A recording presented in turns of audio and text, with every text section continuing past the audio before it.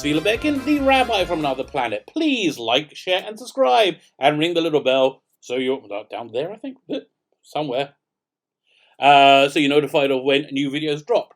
I just saw the trailer for the new HBO series Our Boys, and I'm not going to watch the show. I'm not going to review the show. I'm going to review the trailer, and I'm going to pour out some scorn and anger upon HBO, because the trailer was truly, truly disgusting.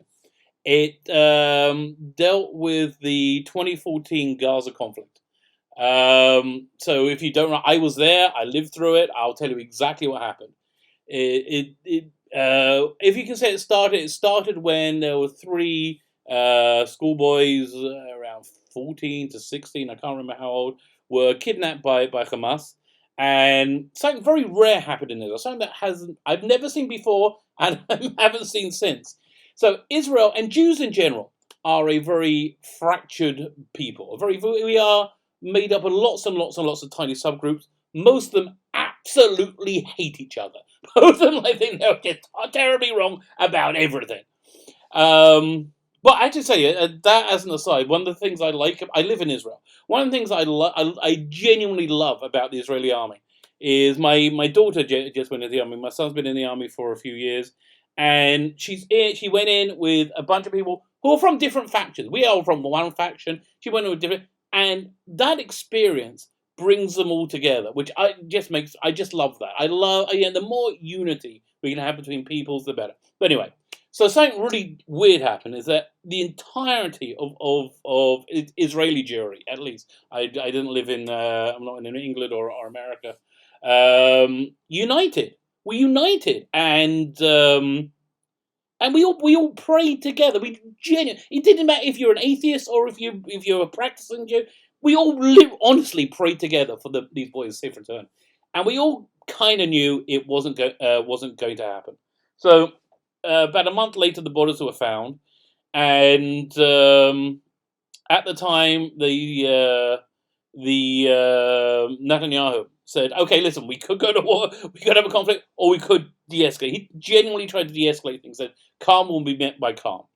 And that's when the Hamas stepped out their rocket campaign, launching tens of thousands of missiles at Israel. These missiles aren't very successful, and we do have the incredibly successful Iron Dome to protect us. Which is, I was in Tel Aviv when I saw one fly off. They are the most incredible things you ever see. You just can't believe how clever these things, because these Hamas missiles, they're like the same kind of trajectory as if you launch a 3/4 full bottle of Coke, so they like, and they have this very erratic trajectory, and these iron domes, they go, like they just track them in the most breathtaking way.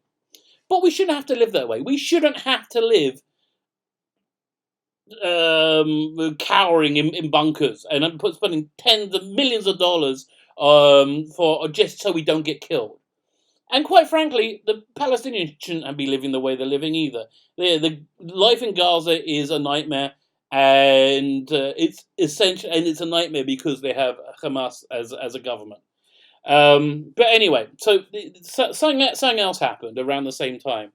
There was a Palestinian boy was kidnapped and murdered, a mentally disabled boy, and it was horrific. And it was said it was done by Jewish settlers or Jews.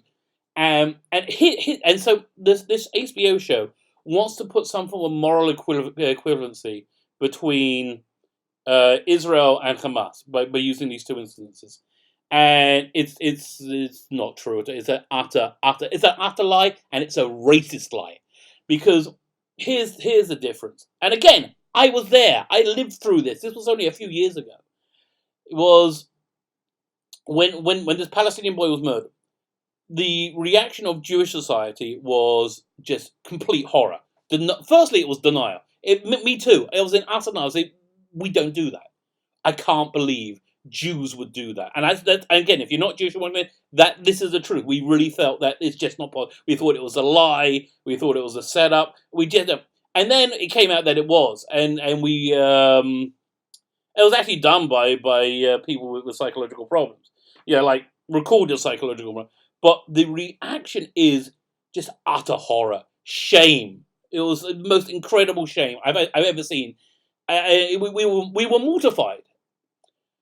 And the reaction of when the three boys who were kidnapped and murdered, their bodies were found, was the exact opposite. The Palestinians celebrated like they post on social media. They just rubbing our noses in how they could murder three boys and reveling in. And that's the difference. There is no moral equivalency between Hamas and Israel. There is no moral equivalency. And saying it is a racist lie. And if you believe it, you're a racist too. If you believe it without looking into it, it is a racist lie. Again, this is talking from somebody who was actually here. And this is somebody who has no hatred for Palestinians. Again, I live in Israel. I go through the same roadblocks as Palestinians. I live in what many call the occupied territories. I call it, Yehuda and Shimron. I live in Samaria. Honestly, we should all just be able to live in peace with each other. But the bottom line, all the restrictions on the Palestinians' lives come from one thing and one thing alone. We are denying them the right to kill Jews. That's why every single restriction and piece of misery on their life exists. Actually, that's not what the misery really comes from their governorship with Hamas. Who, again, these are just some of the crimes that you could be killed for, murdered for in Hamas-controlled Gaza. Being gay, being lesbian, selling land to a Jew, or being a Jew. I can tell you now, as somebody who is, again, personally involved, I'm happy to live side by side with anybody. I really am. Like, my pharmacist is a Palestinian. Lovely guy. I work. If you ever been to Israel, you'll see the opposite of an apartheid state. You will see Jews and Arab, Muslims and Christians living and working together because our societies are completely intertwined. In Israel proper, in Gaza, there's complete segregation because Hamas want me dead. Hamas want me to die because I'm a Jew, for no other reason. Because I'm a Jew, they want me dead. And not because where I'm living, because they have this in their charter. It is they exist for the eradication of Jews wherever they can be found. They want me dead. They want my children dead. They want my wife dead. They want everybody I ever met and cared about dead. They want my community dead. What for the crime, for the utter crime of being a Jew. And HBO wants to say there is a moral equivalency between me and them. Fuck you. Fuck you, HBO. Is all I can say. Thank you. My name is Svila Bekin, the rabbi from another planet. Please like, share, and subscribe. I apologize for my profanity, but I feel somewhat incensed about this. Thanks so much for listening.